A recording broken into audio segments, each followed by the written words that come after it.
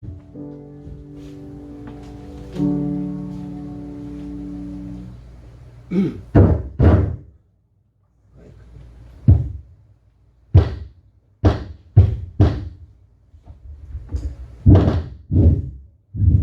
끄시고 이걸 한번 써보세요. 그걸 끄시고 안 되는 거 자꾸 이거 마이크 올려. 성경 말씀 보시겠습니다. 오늘 은혜 받을 말씀은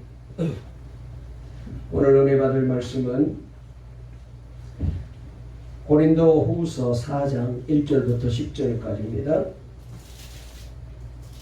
신약 성경 고린도 후서 4장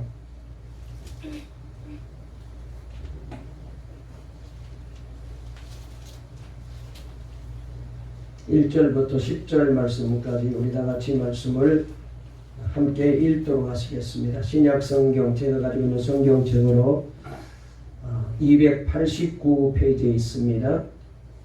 고린도후서 4장 1절부터 10절까지 우리 다 같이 함께 말씀을 읽으실까요? 시작.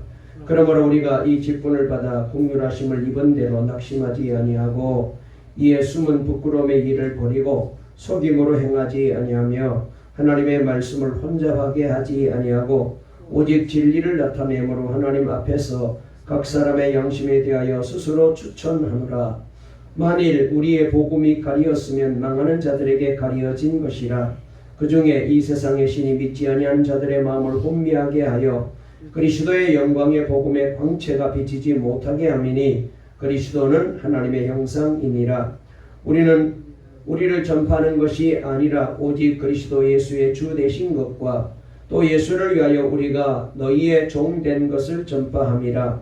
어두운 데에 빛이 비치라 말씀하셨던 그 하나님께서 예수 그리스도의 얼굴에 있는 하나님의 영광을 아는 빛을 우리 마음에 비추셨느니라. 우리가 이 보배를 질그릇에 가졌으니 이는 심히 큰 능력은 하나님께 있고 우리에게 있지 아니함을 알게 하려 함이라. 우리가 사방으로 우겨쌈을 당하여도 쌓이지 아니하며 답답한 일을 당하여도 낙심하지 아니하며 박해를 받아 버림받지 아니하며 거꾸로 뜨림을 당하여도 망하지 아니하고 우리가 항상 예수의 죽음을 몸에 짊어지면 예수의 생명이 또한 우리 몸에 나타나게 하려 함이라. 아멘. 할렐루야. 하나님의 은혜 가운데 좋은 계절 9월을 맞이했습니다. 정말로 얼마나 공기가 상쾌한지요. 하루하루 다시 한번 주님의 은혜로 우리 모두가 건강하고 행복하게 살아가시기를 바랍니다. 우리 앞에 좌우에 있는 분과 인사 나누겠습니다. 9월 한 달 동안도 행복하세요. 주님의 은혜 가운데 승리하세요. 믿음으로 삽시다. 아멘. 오늘 설교 제목 한번 따라해 보실까요? 질그릇에 담긴 보배 예수. 다시 한번 질그릇에 담긴 보배 예수. 오늘 이 설교 제목으로 말씀을 전할 때에 우리 하나님께서 우리 모두에게 은혜 주실 줄 믿습니다. 오늘 이 시간에는 다하라 요네코라는 한 일본 여성의 이야기로 설교를 시작하려고 합니다. 그녀는 고등학교 때 어머니가 돌아가시게 되었습니다. 18살의 어린 나이에 혼자서 살 자신이 없어지게 되자 인생을 비관하고 달리는 기차에 자신의 몸을 내던졌습니다. 그 결과 목숨은 건졌지만 두 다리와 왼팔이 잘리게 되고 오른팔만 남게 되었는데 그것마저도 손가락 2개는 잘려버리고 말았습니다. 이제는 불편한 몸으로 죽음마저도 스스로 선택할 수 없는 처지가 되어 극도의 절망감 속에 몸부림치는 나날이 계속이 되었습니다. 그러던 어느 날 타하라 아키토시라는 한 신학생이 이 병원으로 전도를 왔다가 이 사람을 발견하고 이분에게 복음을 전하며 간절한 마음으로 이 불쌍하고 가련한 여인을 위해서 끊임없이 기도하게 됩니다.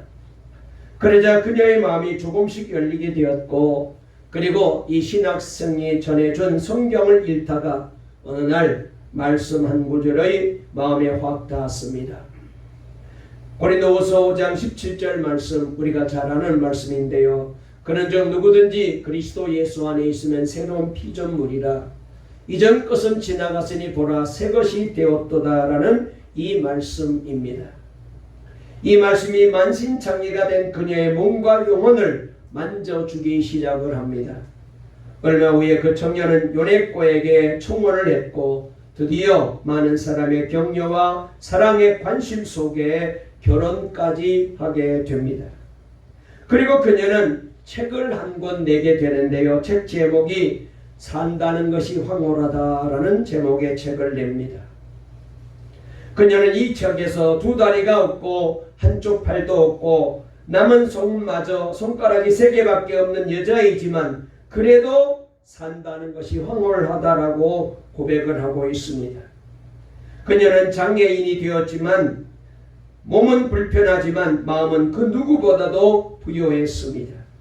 하나님의 크신 은혜를 깨닫고 하나님께 감사하며 사는 그녀는 사지가 멀쩡하면서도 주님의 은혜를 모르고 살아가는 사람들보다 더 행복한 삶을 사는 주인공이 되었습니다. 여러분, 예수님을 믿는 우리는 다라 요네교와 같이 날마다 산다는 것이 황홀하다라고 고백하고 있습니까? 두 다리도 양팔도 다 멀쩡하게 있고 손가락도 정상인 우리는 더 황홀하고 행복한 인생을 살아야 되는데, 그런데 우리는 늘 걱정도 많고 불평도 많고 원망도 많고 사는 것이 영 행복하지 않습니다. 그 이유는 무엇 때문일까요? 예수 믿는 우리는 그리스도의 향기라고 하는 말씀을 배웠습니다. 또 우리를 그리스도의 편지라는 말씀을 우리가 배웠잖아요. 우리는 세상 사람들에게, 이웃들에게, 우리 가족들에게 예수님을 보여주는 그리스도의 사람들입니다. 그러려면은 날마다 주님을 바라보고 말씀을 사모하며 주님의 성령의 인도를 받아야 됩니다. 성령 안에서 예수님 모시고 사는 것이 날마다 황홀하다고 고백할 수 있어야 됩니다. 구원받고 하나님의 자녀로 사는 우리는, 영생을 얻고 천국 백성으로 살아가는 우리는 세상 안 믿는 사람들과는 달라야 돼요.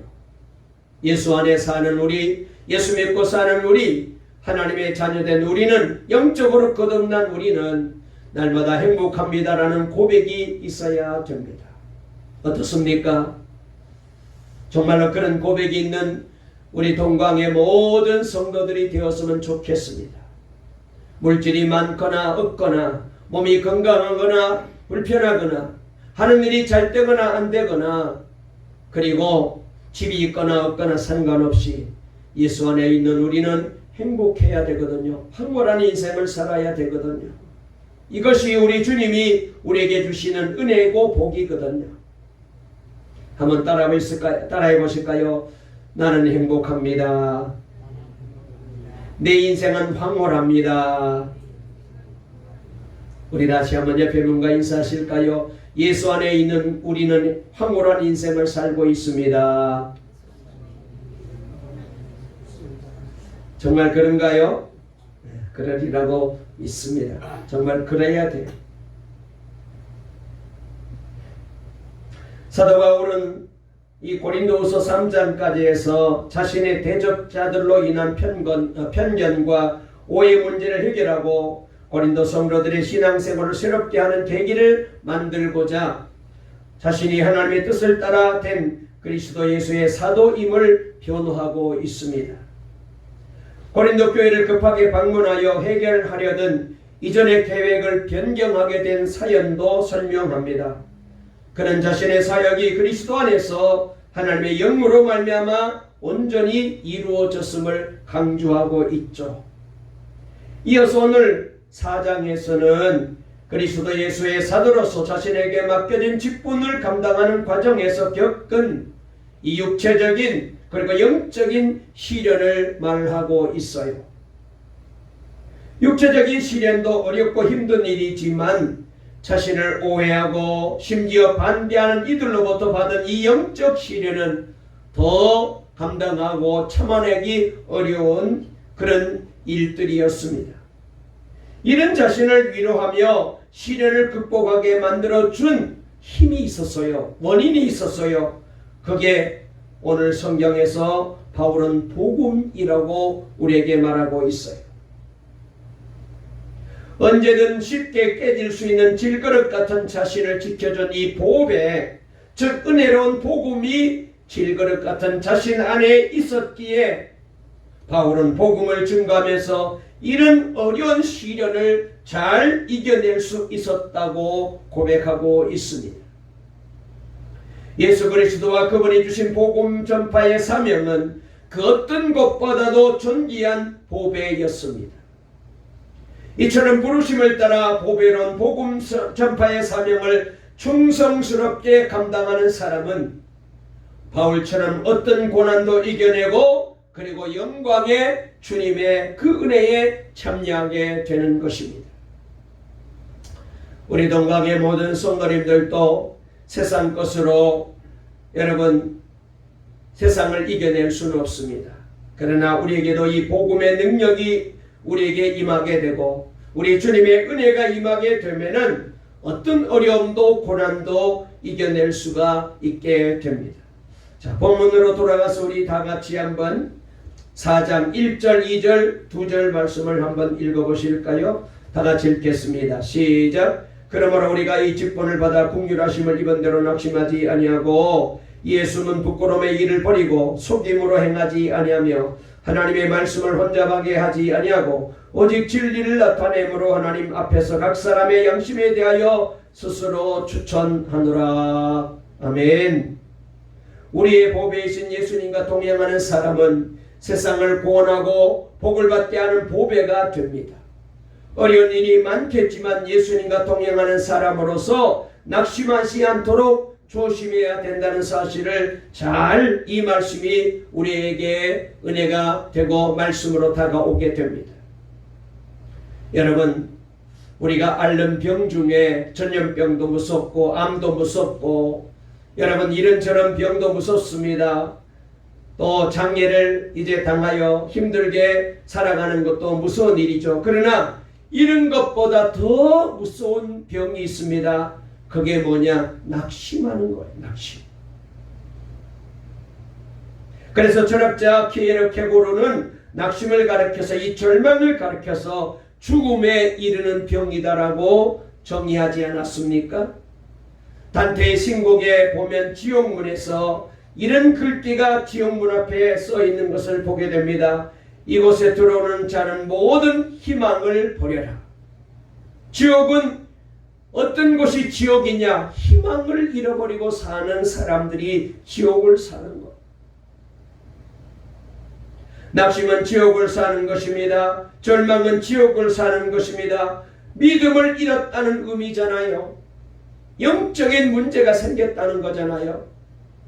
마귀가 낙심의 영으로 우리의 마음을 사로잡아 파멸로 이끌어가고 있습니다.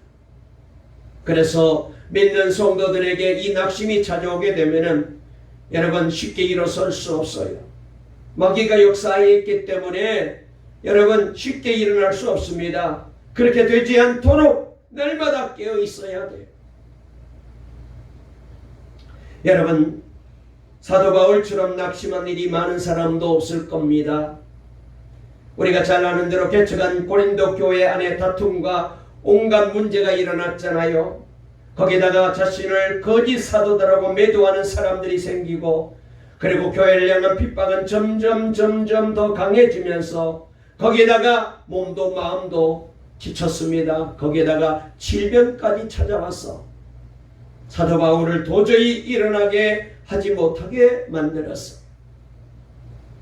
이런 형편인데도 사도 바울은 낙심하지 않습니다 라고 고백해요. 오늘 여기 말씀에 잘 나와 있잖아요. 1절에 보면은 나는 낙심하지 아니합니다 그랬어요. 낙심하지 않습니다. 우리 다시 한번 4장 1절을 다시 한번 읽어볼까요? 시작. 그러므로 우리가 이 직분을 받아 긍휼하심을 입은 대로 낙심하지 아니하고. 아멘. 이 말을 조금 쉬운 말로 읽어드리면은 그러므로 우리는 하나님의 자비를 힘입어서 이 직분을 맡고 있으니 절대로 낙심하지 않습니다. 이 직분이 뭐예요? 복음을 전하는 직분, 사도의 직분이죠.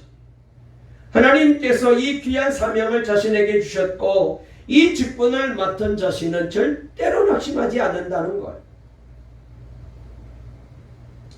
여러분, 이 말을 좀 더 우리가 다른 각도로 말씀을 드린다면은 사도 바울이 낙심하지 않습니다. 이 말은 무슨 뜻인가요? 사도 바울은 살아계신 하나님을 온전히 믿었다 그 말이에요. 하나님을 제대로 믿는 사람은 낙심하지 않습니다. 왜 우리가 낙심합니까?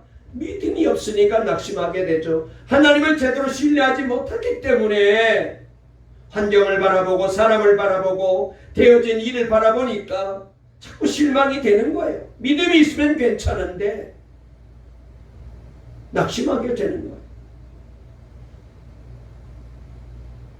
하나님을 믿는다 하면서도 여러분, 누구나 낙심하지 않는 믿음을 가지는 것은 아니잖아요. 교회 다닌 사람들 중에 집사 직분을 받고 권사 직분을 받고 장로님이고 목사님인데도 여러분 낙심하는 사람 많아요. 왜 그렇습니까? 하나님이 살아계신 하나님으로 믿어져야 낙심하지 않는데 그렇게 안 믿는 거예요. 설교는 수도 없이 듣지만은 귀만 즐겁고 신앙이 전혀 안 생겨요. 자꾸 현실적으로 생각하는 거예요. 제가 지난주 중에 하나님이 하시면 됩니다. 하나님은 바라보면 됩니다. 그랬더니 우리 집사람이 저를 빤히 쳐다보더라고요. 그래서 왜 쳐다보시나? 여보, 하나님만 믿는다고 돼요? 이렇게 생각하고 바라보는지, 안 그러면 정말로 믿음이 있어가지고 할렐루야 그러면서 바라보는지. 하나님만 바라보면 돼요. 바울에게는 숨기고 싶은 지난 시절에 부끄러운 일이 있었음에도 불구하고 하나님은 그에게 새 언약의 일꾼이라는 직분을 주셨거든요. 그래서 고린도후서 3장 6절 말씀을 보면은 그가 또한 우리를 새 언약의 일꾼 되기에 만족하게 하셨으니 율법 조문으로 하지 아니하고 오직 영으로 함이니 율법 조문은 죽이는 것이요 영은 살리는 것이니라. 새 언약의 사역은 성령의 역사로 말미암아 하나님의 영광에 참여하는 영광스러운 공동체를 만들고 세워가요. 바울은 영광스러운 직분을 감당하도록 국률하심을 입었기에 낙심하지 않습니다 라고 말하고 있습니다.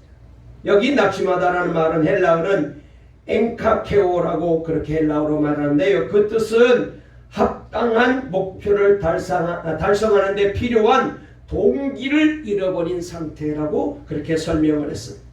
그러니까 어떤 목표를 달성하는 데 필요한 동기, 힘이 없는 거예요. 그러니까 낙심할 수밖에 없죠.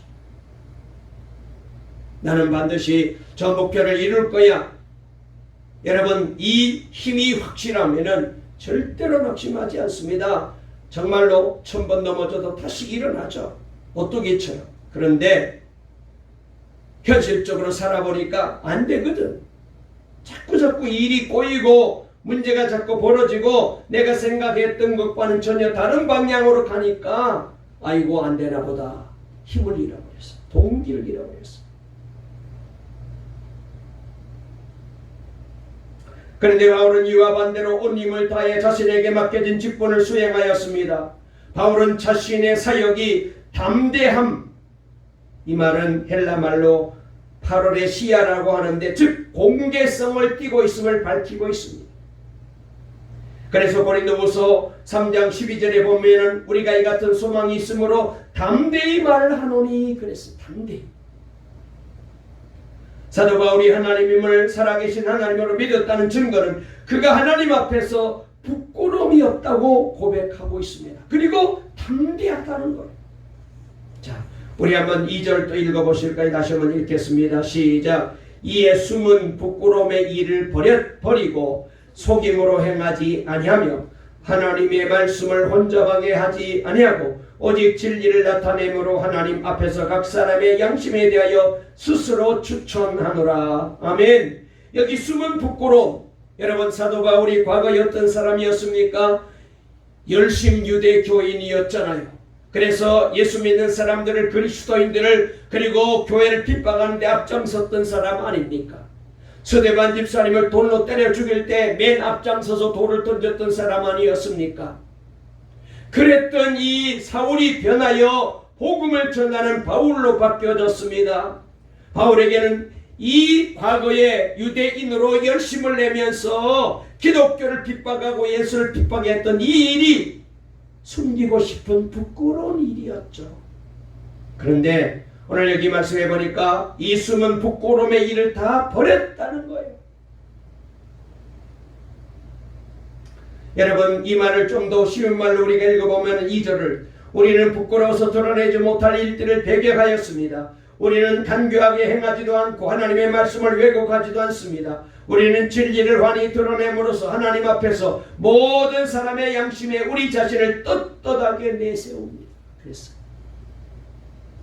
여러분, 누가 이런 말을 당당하게 할 수가 있겠어요? 하나님이 정말 살아계시고 언제나 함께 하시는 것이 믿어지는 사람은 이렇게 살 수도 있고 이렇게 말할 수도 있어요. 바울은 자신이 속임 곧 교묘한 술책을 쓰지 아니며 하나님의 말씀을 혼잡하게도 하지 않는다라고 말했습니다. 여기 혼잡하게 한다라는 말은 둘로라고 말하는데 이 말은 거짓으로 호리는 것을 의미하는 거죠.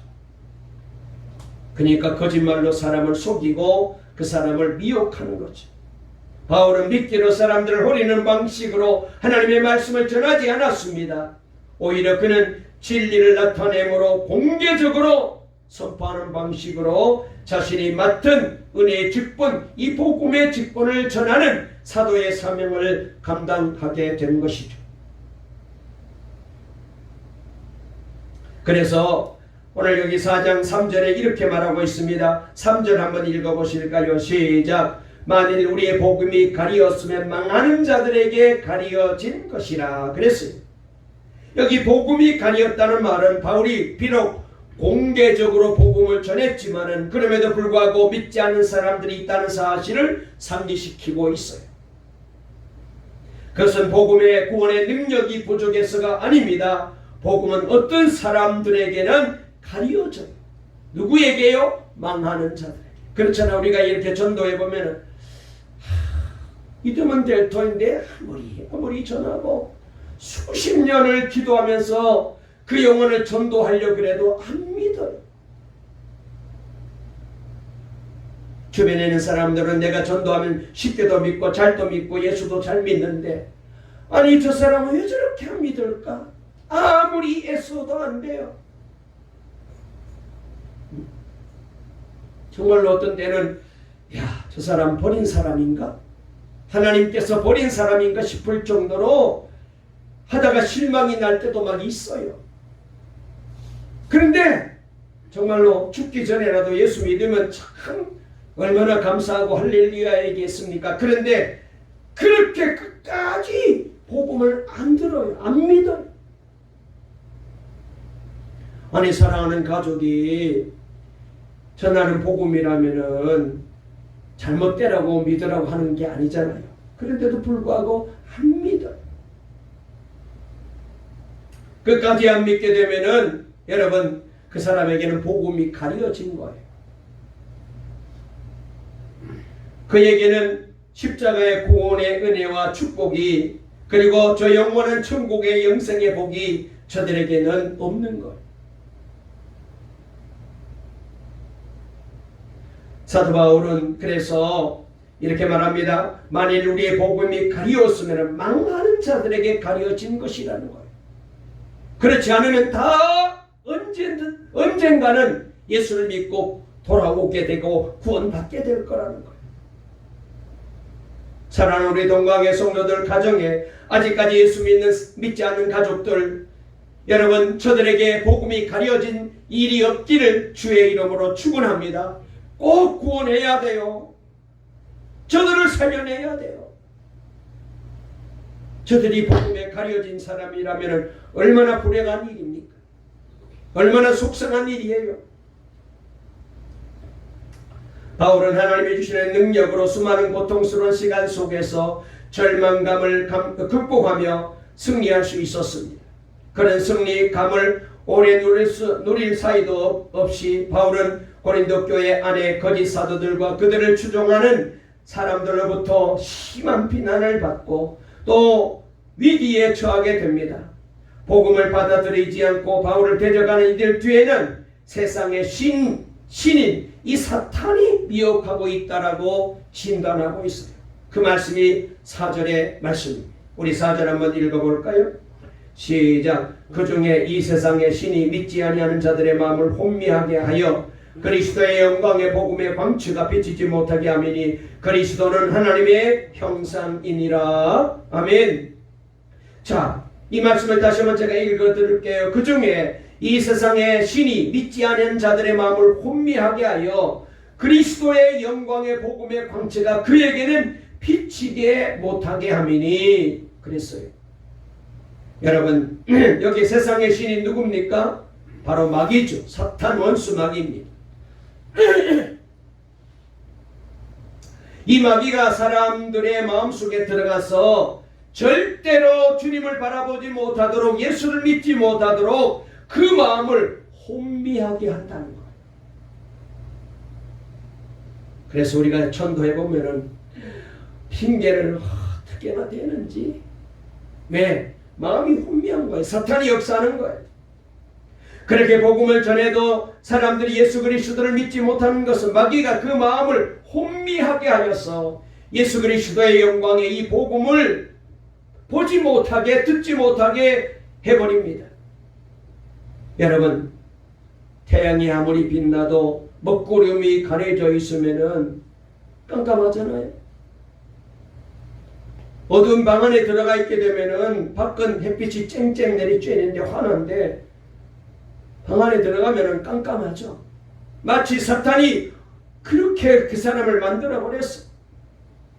사탄은 그리스도의 영광의 복음을 전하지 못하도록, 그리고 전해도 듣지 못하고, 그리고 들어도 그 마음을 통하여 변화받지 못하도록 그 마음속에 들어가서 마음을 혼미하게 하여, 그래서 주님을 구주로 영접하지 못하고 예수를 믿지 못하게 만들어.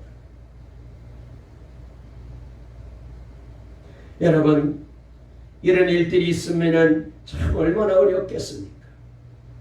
우리 주변에 있는 사람들 중에, 우리 가족들 중에 이런 사탄의 역사가 방해하지 않도록 날마다 우리는 기도해야 됩니다. 하나님의 말씀이, 복음이 전하여질 때에 주여 복음을 통하여 그의 마음이 변화되고 주님 앞으로 나오게 해주세요.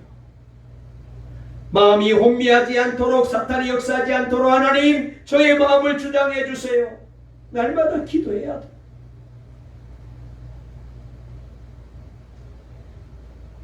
(4장 5절) 말씀을 읽어볼까요? 다같이 했습니다. 시작. 우리는 우리를 전파하는 것이 아니라 오직 그리스도 예수의 주 되신 것과 또 예수를 위하여 우리가 너희의 종된 것을 전파함이라. 아멘. 바울이 전하는 것은 오직 예수 그리스도의 주 되심입니다.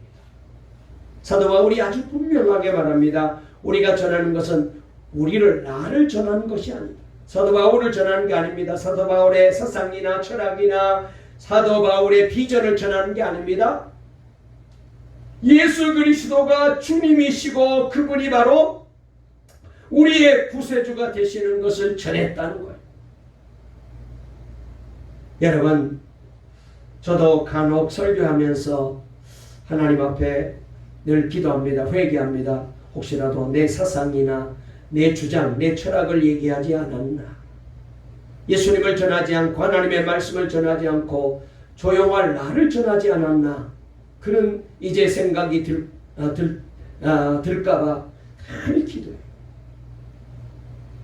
바울이 그랬다는 거잖아요. 오직 복음만 전했대. 그래서 고린도전서 12장 3절에 보니까 그러므로 내가 너에게 알리노니 하나님의 영으로 말하는 자는 누구든지 예수를 저주할 자라 하지 아니하고 또 성령으로 아니하고는 누구든지 예수를 주시라 할 수가 없느니라. 할렐루야. 성령께서 역사하는 마음속에는 예수님이 주 되시는 것이 고백이 된다는 거예요. 믿어진다는 거예요. 그런데 그렇지 않는 사람은 절대로 고백 못해요. 한번 저를 따라 해보실까요? 예수 그리스도가 우리의 주님이십니다. 다시 한번요. 예수님이 우리의 구세주이십니다.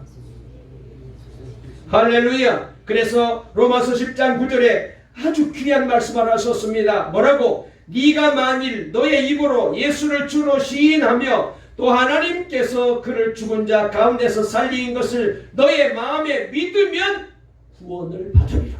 아멘. 놀라운 말씀이에요. 너의 입으로 예수 그리스도를 구주로 시인하게 되면 믿으면 구원을 받게 된다는 것. 자, 다시 한번 우리가 해야 되겠습니다. 예수님이 나의 구세주이십니다. 다시 한번 나는 예수님을 통하여 구원받았습니다. 할렐루야. 얼마나 귀한 말씀이지만. 자, 4장 6절 말씀도 읽어볼까요? 다 같이 시작. 어두운 데에 빛이 빛이라 말씀하셨던 그 하나님께서 예수 그리스도의 얼굴에 있는 하나님의 영광을 아는 빛을 우리 마음에 비추셨느니라. 아멘. 여러분, 여기 말씀에 보니까 하나님의 영광의 빛이 우리에게 비쳤다는 겁니다. 예수 믿는 사람 속에는 하나님의 영광의 빛이 비추었습니다. 그래서 사탄 역사가 물러가고 주님의 은혜가, 성령의 은혜가, 우리 주님의 역사심이 우리 가운데 넘치게 만들어 주신 줄로 믿으시기를 주의 이름으로 축원합니다. 자, 7절 말씀도 읽어봅니다. 7절부터 참 귀한 말씀인데 우리 다 같이 7절 읽습니다. 시작. 우리가 이 보배를 질그릇에 가졌으니 이는 심히 큰 능력은 하나님께 있고 우리에게 있지 아니함을 알게 하려 함이라. 8절 읽습니다. 우리가 사방으로 우겨쌈을 당하여도 쌓이지 아니하며 답답한 일을 당하여도 낙심하지 아니하며 9절 박해를 받아도 버림받지 아니하며 거꾸로 뚫림을 당하여도 망하지 아니하고 10절 우리가 항상 예수의 죽음을 몸에 짊어지면 예수의 생명이 또한 우리 몸에 나타나게 하려 함이라. 아멘. 자, 여기 말씀해 보니까 사도 바울은 이 보배를 질그릇에 가졌다라고 우리에게 말씀하고 있습니다. 여러분, 이 보배가 뭡니까? 바로 우리의 복음, 또 하나님의 영광의 빛이라고 말할 수 있는데 이 말을 좀 더 나아가서 쉽게 말하면은 바로 예수 그리스도의 복음이죠. 예수 그리스도의 이 구원의 생명의 빛이죠.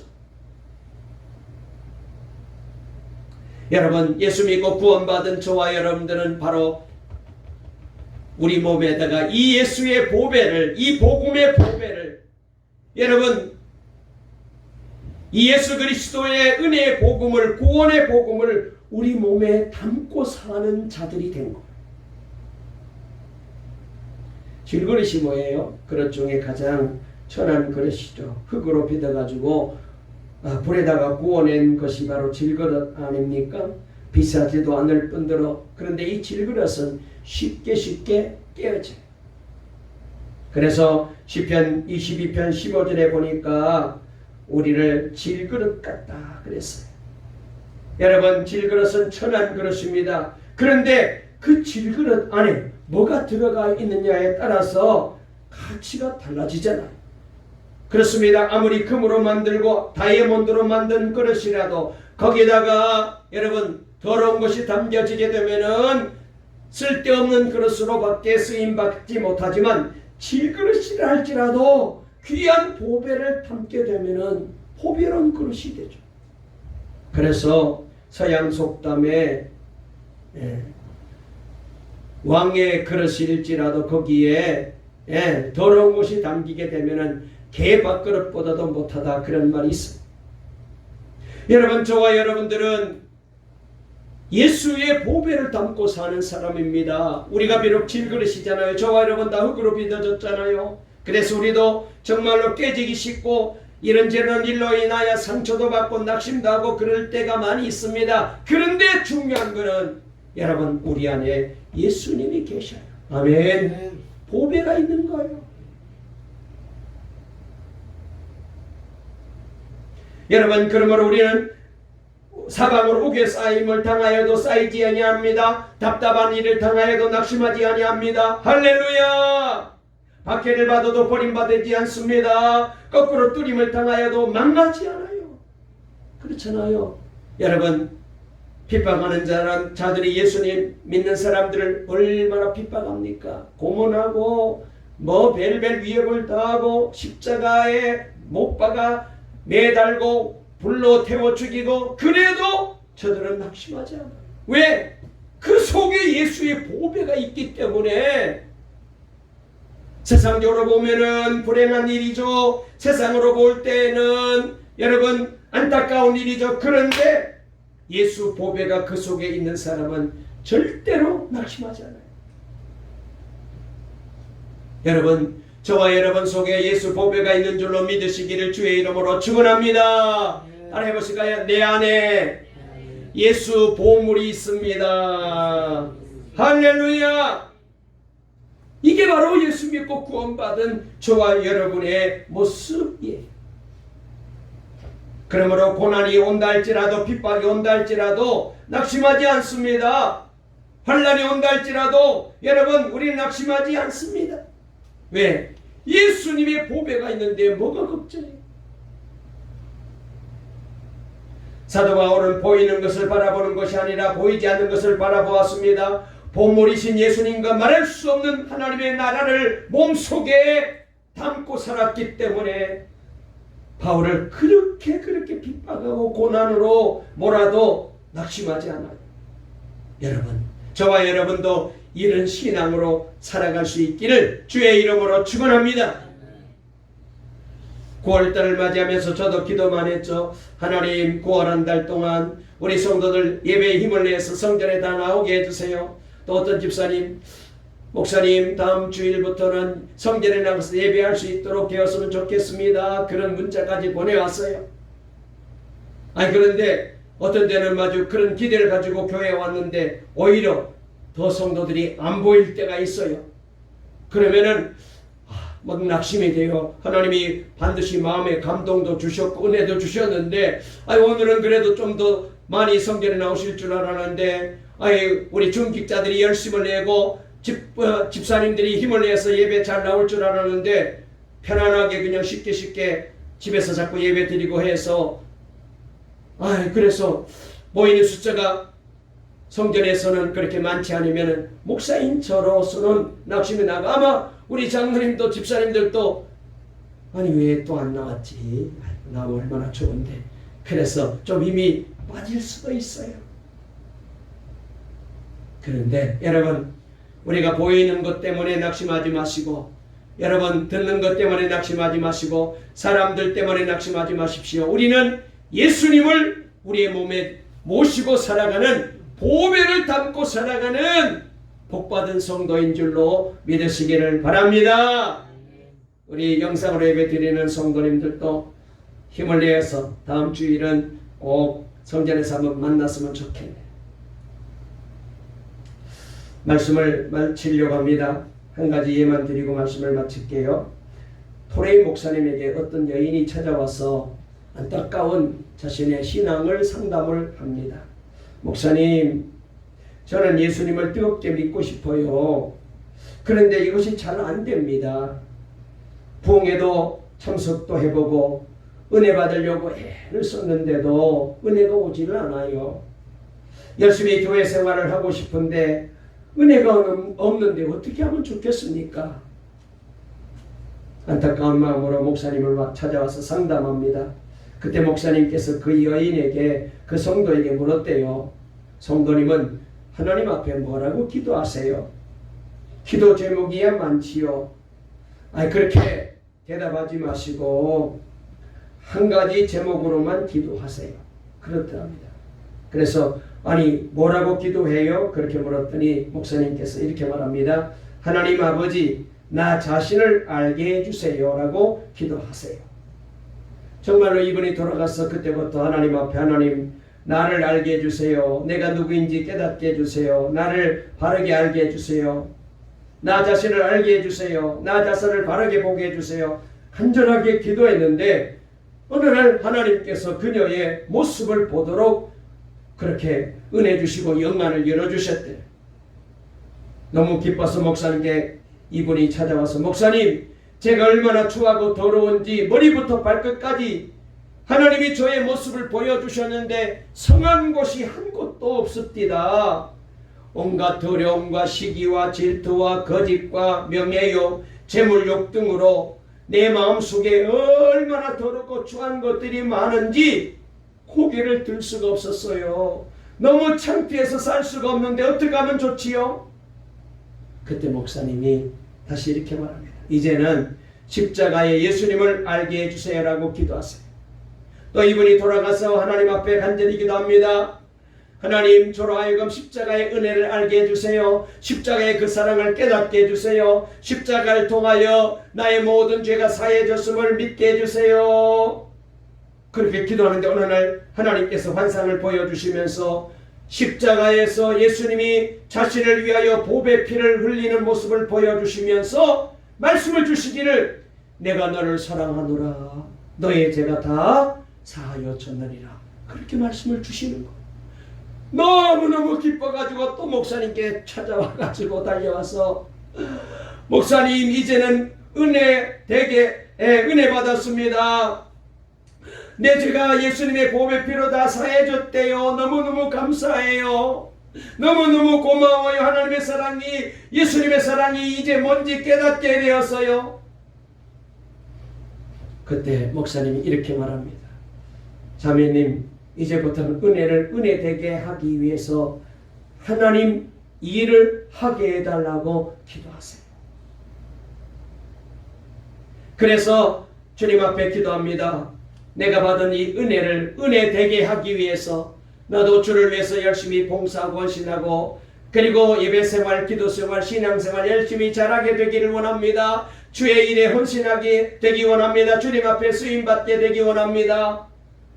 이분이 그렇게 하면서 완전히 믿음의 사람이 되고 은혜의 사람이 돼가지고 교회를 위해서 봉사하고 헌신하는데 얼마나 기쁘게 하는지. 뭐가 그렇게 기뻐요? 사람들이 모르면 하나님이 저에게 십자가의 사랑을 알게 해주시고 은혜를 깨닫게 만들어주세요. 너무너무 좋아요. 너무 행복해요. 주님 앞에 오는 게 너무 좋아요. 날마다 그렇게 좋아하면서 신앙생활 하더랍니다. 할렐루야. 우리 성도님들 다 그렇게 될 줄로 믿습니다. 아멘.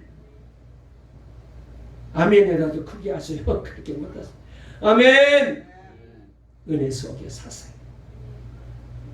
사랑하는 여러분, 우리 육신은 질그릇같이 연약하지만 그 안에는 복음이라는 보배가 담겨 있거든요.